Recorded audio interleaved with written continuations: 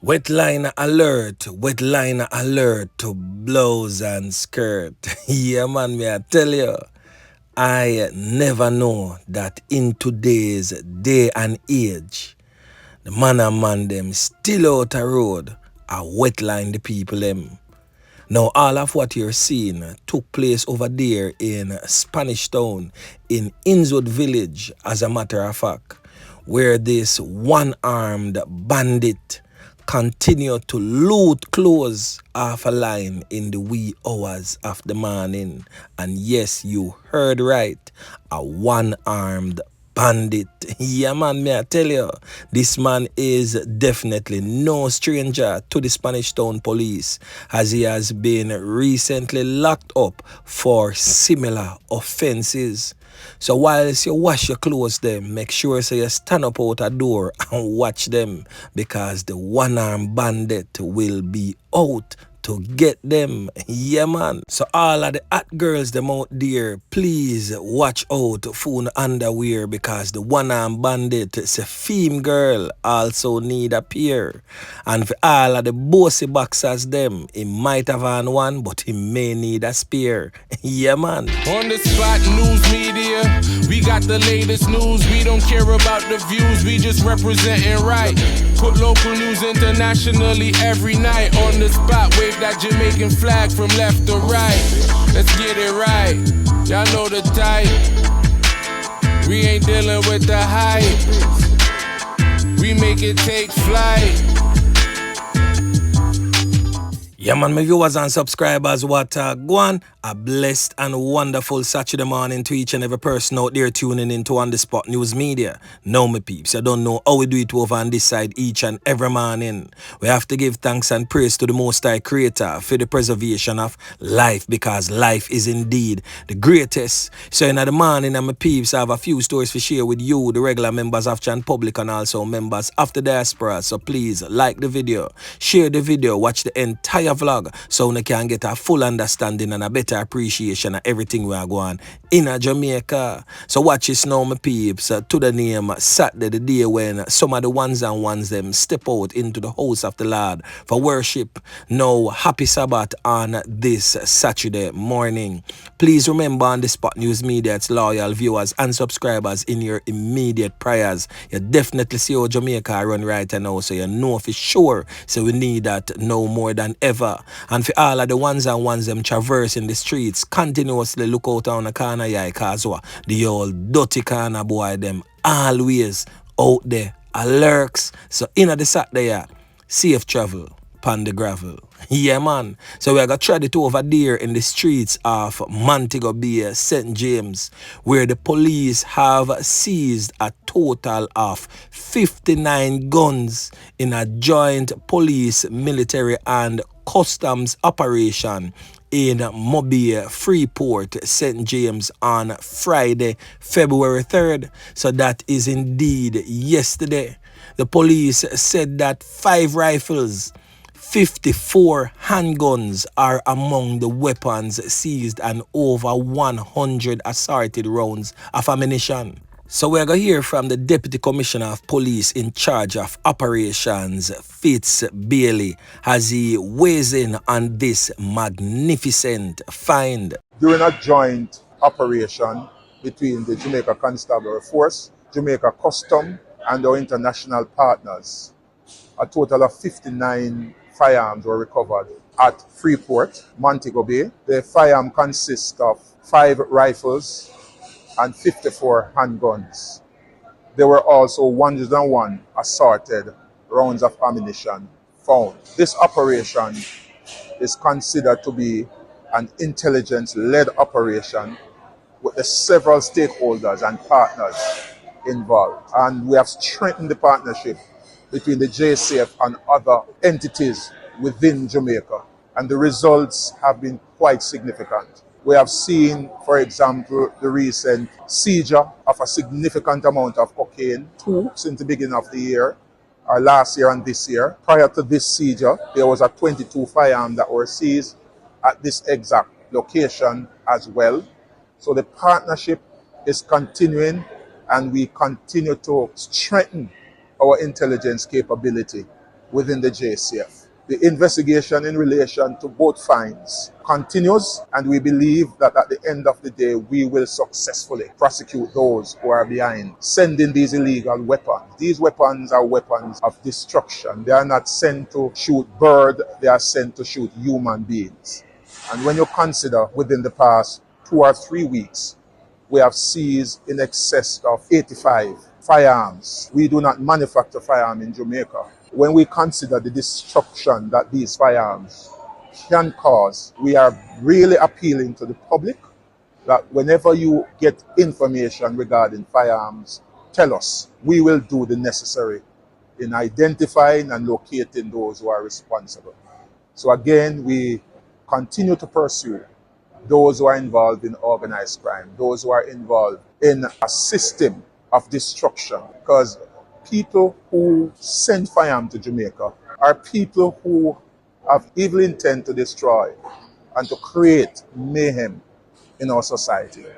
But we continue to pursue them, and we are working very closely with our international partners, and we promise that we are going to find these people who are responsible. As we improve our operational activities as well as our intelligence capability, I must commend the men and women on the front line who continue to work very hard to make Jamaica safer. These men and women from all the agencies who conducted the search, who are there ensuring that the appropriate protocol and SOPs are adhered to, and who actually are doing the heavy lifting.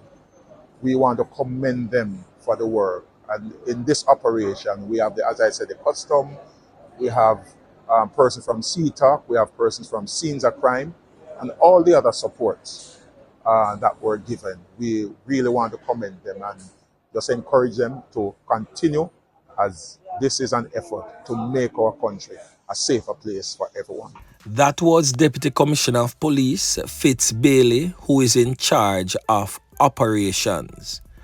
Now, did you know, my fellow Jamaicans, that none of our country's ports is being manned or controlled by members of our security forces, meaning the Jamaica Defense Force and the Jamaica Constabulary Force?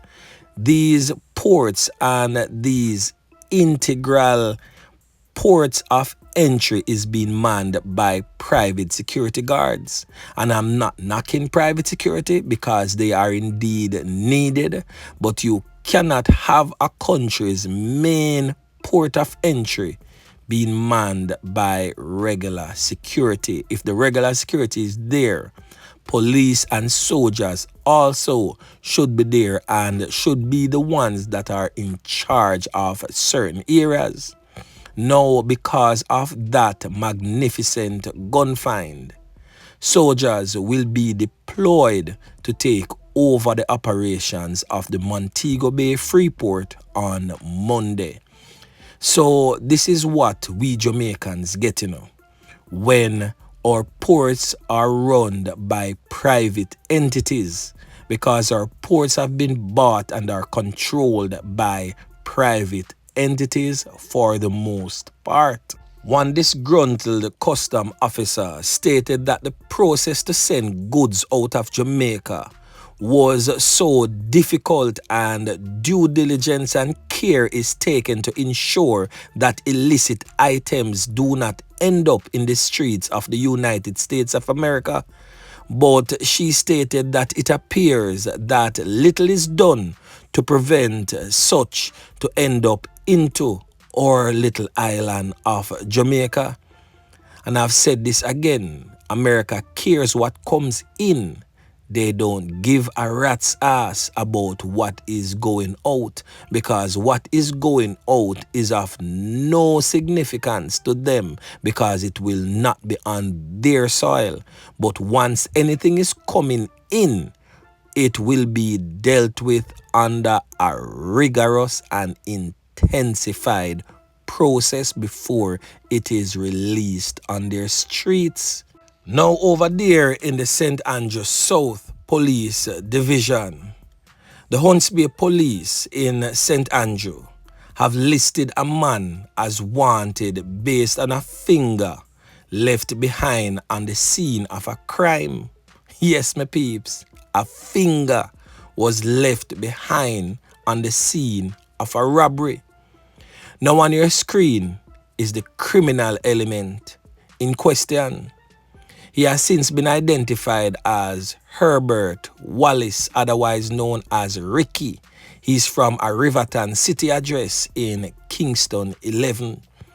Now this brother here, a thief from Yai, the knee, was never a gunslinger in his early days.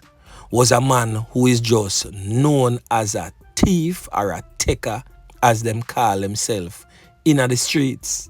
But because guns have become so prevalent on our streets and easily accessible, the common criminal, the thief, is now a gun thief. Yeah, man, may I tell you. So the police has alleged that he robbed a business establishment on Colleyville Avenue in Kingston 20 on November 28 in 2022. The police are saying that Wallace was in the process of robbing the business when he accidentally shot off his finger after taking a sum of money from the proprietor. He reportedly bolted from the scene, leaving behind a whole finger.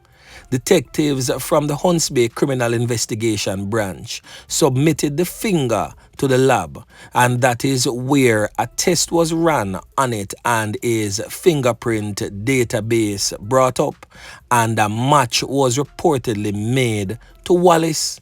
Now the Hunts Bay police are appealing to the regular members of John Public who has any information into the whereabouts of Herbert Wallace to contact the Hunts Bay Police at 876-923-7111 or Crime Stop at 311. Boy, may I tell you, when me hear them type of thing, I really have to take bad things make joke. But on a serious note though, I shouldn't have your finger left on the scene. I should have your head. Yeah, man. So in yesterday morning's vlog, I spoke extensively about the Jamaica Constabulary Force members who was instructed to start enforcing the law of public passenger vehicles, whether it is a bus or a taxi, to be equipped with child restraint seats for children considered to be under the age of